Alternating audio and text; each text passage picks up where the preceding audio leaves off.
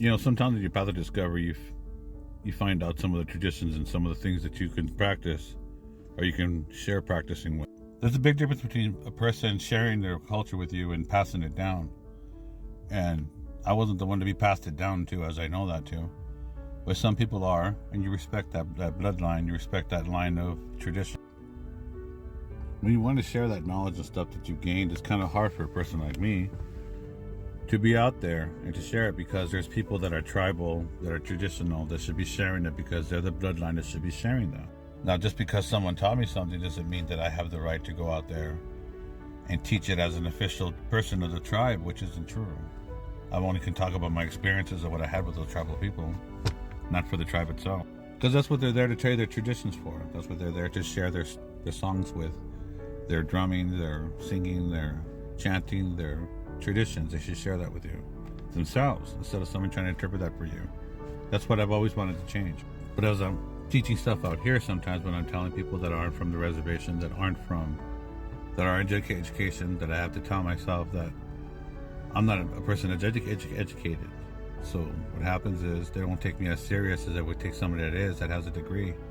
But the person they're getting the knowledge from is me, or someone like me. And we don't get the credit that is due for us to know that kind of tribal knowledge, indigenous knowledge for the area. And that's hard to live in that world in between.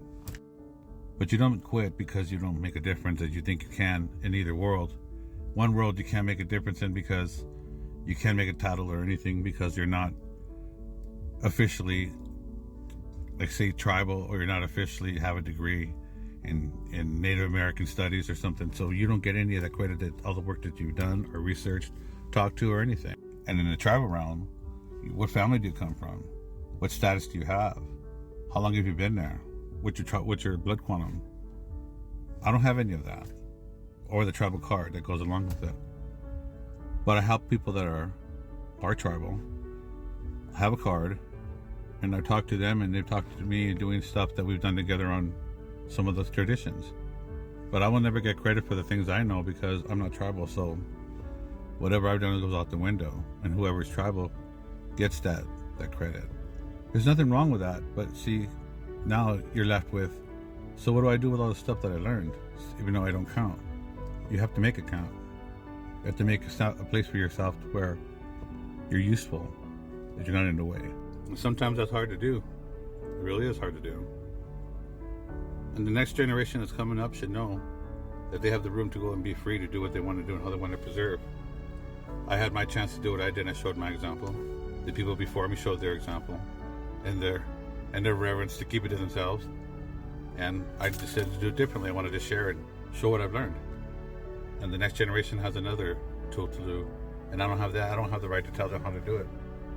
I just want to sit there and enjoy it when I can. You guys out there singing bird, you guys have fun during this time at AC. Hope to see you soon someday. All right then, man. Watch him out.